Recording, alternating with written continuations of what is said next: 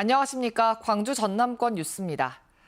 22대 국회의원 선거가 6개월 앞으로 다가왔습니다. 본선보다 예선이 더 치열한 광주와 전남에서는 입지자들의 물밑 경쟁이 치열한데요.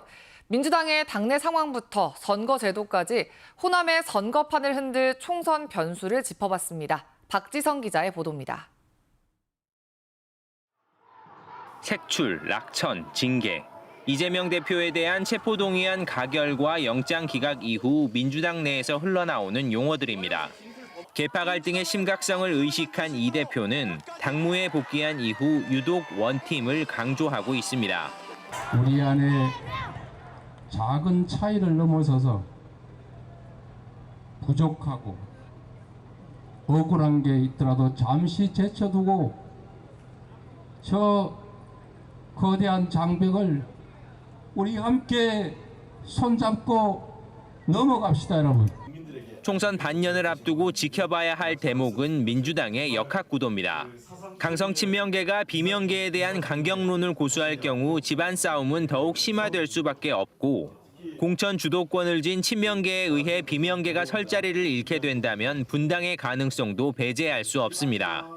제3지대 빅텐트론이 꾸준히 거론되는 이유도 민주당의 이 같은 상황과 맞닿아 있습니다. 주목해야 할 건 다음 달 진행될 민주당의 현역 의원 평가입니다.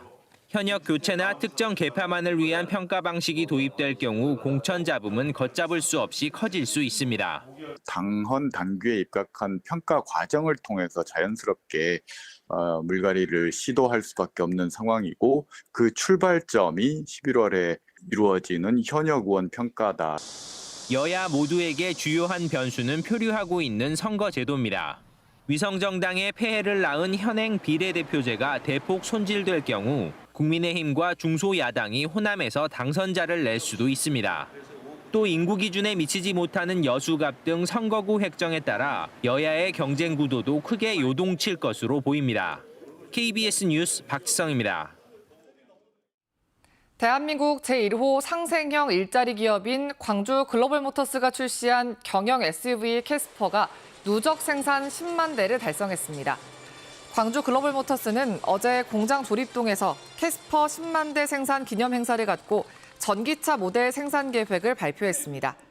광주시와 현대자동차가 각각 1대와 2대 주주로 참여한 자동차 위탁 생산업체 GGM은 2021년 9월 캐스퍼 양산체제에 들어간 뒤 2년 1개월 만에 누적 생산 10만 대를 돌파했습니다. 박광태 GGM 대표는 다음 달부터 전기차 생산을 위한 설비를 갖추고 내년 상반기 시험 생산을 거쳐서 중반기에는 캐스퍼 전기차 모델을 생산할 계획이라고 밝혔습니다. 저출산 문제 점점 심각해지고 있죠. 지난해 합계 출산율은 0.78명으로 떨어졌습니다. 이런 와중에 한편에서는 난임으로 어려움을 겪는 이들도 많은데요. 지자체마다 지원책을 마련하고 있지만 소득 수준을 따지다 보니 실효성이 떨어진다는 지적도 나옵니다. 하선아 기자의 보도입니다. 약제비를 포함해 최대 300만 원이 드는 인공수정 난임 시술. 보건복지부 기준에 따라 중위소득 180% 이하, 2인 월 622만 원 이하 가구는 최대 21차례, 한 회당 110만 원의 시술비를 지자체에서 지원합니다. 하지만 상당수 맞벌이 부부들은 대상에서 제외됩니다.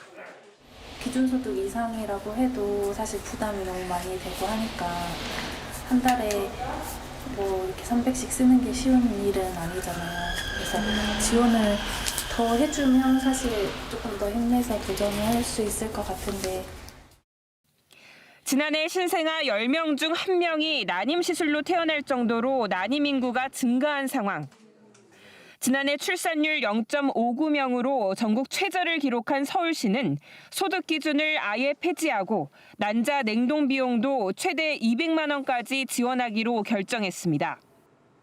전남과 부산, 대구, 충북 등 전국 11개 시도가 소득 기준 폐지를 뒤따랐습니다.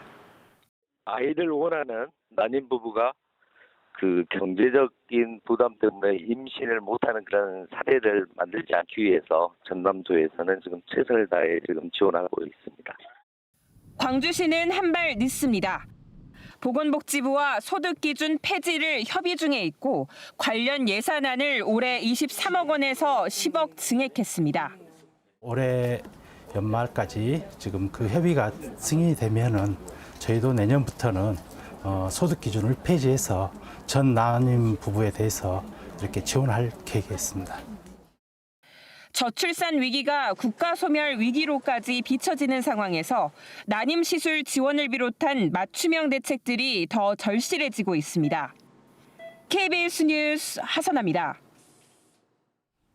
네, 인구 감소는 국가의 고민이기도 하지만 일선 지자체의 걱정이기도 합니다. 자치단체마다 결혼을 장려하는 정책 시행하고 있는데 사려 깊지 못한 진행으로 미혼 남녀들의 원성을 듣기도 하는데요. 미혼 청년들의 만남을 주선하면서 자격을 직장인으로만 제한해서 차별 논란이 일고 있습니다. 이어서 김혜린 기자의 보도입니다.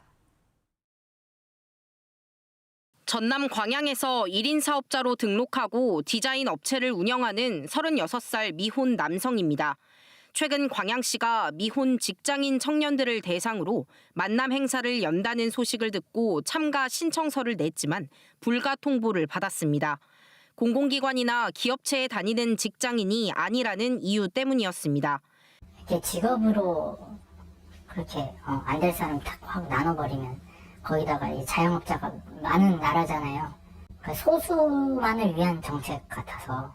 전남 보성과 무안에서도 같은 사업을 진행하고 있지만 역시 같은 조건에 참가 자격을 내걸었습니다. 개인 사업자도 참여할 수 있도록 한 광주광역시 동구나 전남 나주시와 비교됩니다. 꼭 어디 공공기관 그 직업 이렇게 소속이 돼 있는 건 아니고요. 개인 사업자도 직장인인 쪽.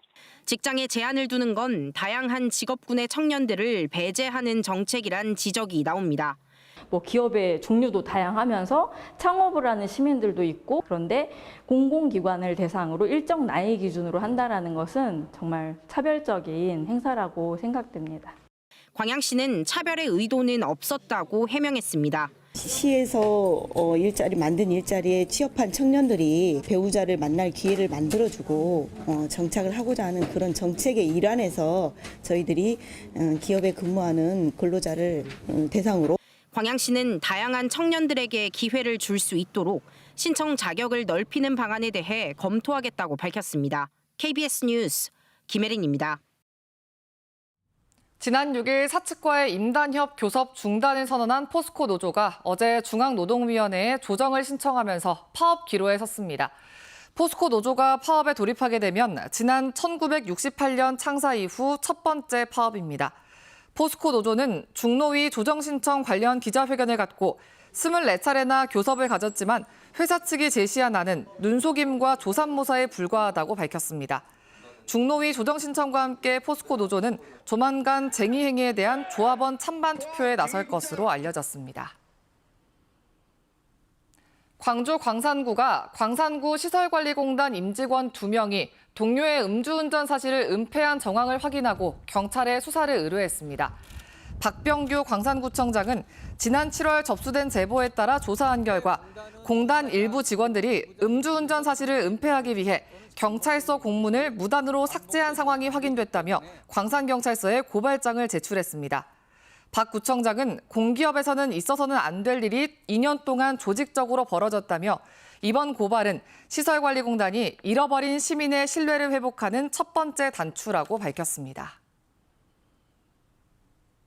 오늘 새벽 2시 45분쯤 무안군 현경면 용정리의 한 아스콘 공장에서 불이 나 1시간 만에 꺼졌습니다.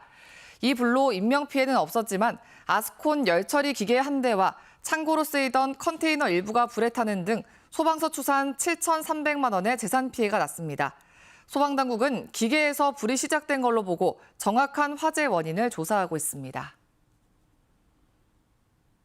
한국조폐공사의 지역사랑 상품권 시스템 개선 작업으로 전국 지역화폐 서비스가 모레부터 나흘간 일시 중단됩니다. 이 기간에는 지역사랑 상품권 구입이나 결제, 환전 등 모든 서비스 이용이 불가능합니다. 지역사랑 상품권 시스템 고도화 작업이 완료되면 충전이나 결제 등 주요 기능의 속도가 개선되고 잔액 이관 등의 기능이 새로 도입됩니다. 여수시가 오는 19일까지 여수 세계박람회장 국제관 B동에서 여순 11구와 제주 4.3 미술교류전을 엽니다. 이번 전시회는 잠들지 않는 남도의 세월을 주제로 평화와 인권의 상징적인 도시로 거듭나기 위한 염원을 담은 작품 35점을 선보입니다. 교류전에는 민족미술인협회 여수지부와 탐나미술인협회 작가 31명이 참여했습니다. 고향사랑 기부제가 시행된 지 9달이 지난 가운데 전라남도가 전국에서 가장 많은 78억 원을 모금했습니다. 전남도는 지난해 1월 전국 최초로 관련 부서 신설과 차별화된 답례품, 시군과의 협업 등 선제적인 대응에 나서면서 이 같은 기부금이 모금된 것으로 분석했습니다. 전남도는 다만 시행 초 1월에 9억이었던 기부액이 6월 이후에는 6억 안팎의 실적을 기록하는 등 기부액이 점차 줄고 있다며 세액공제 혜택 등 홍보를 강화할 방침입니다.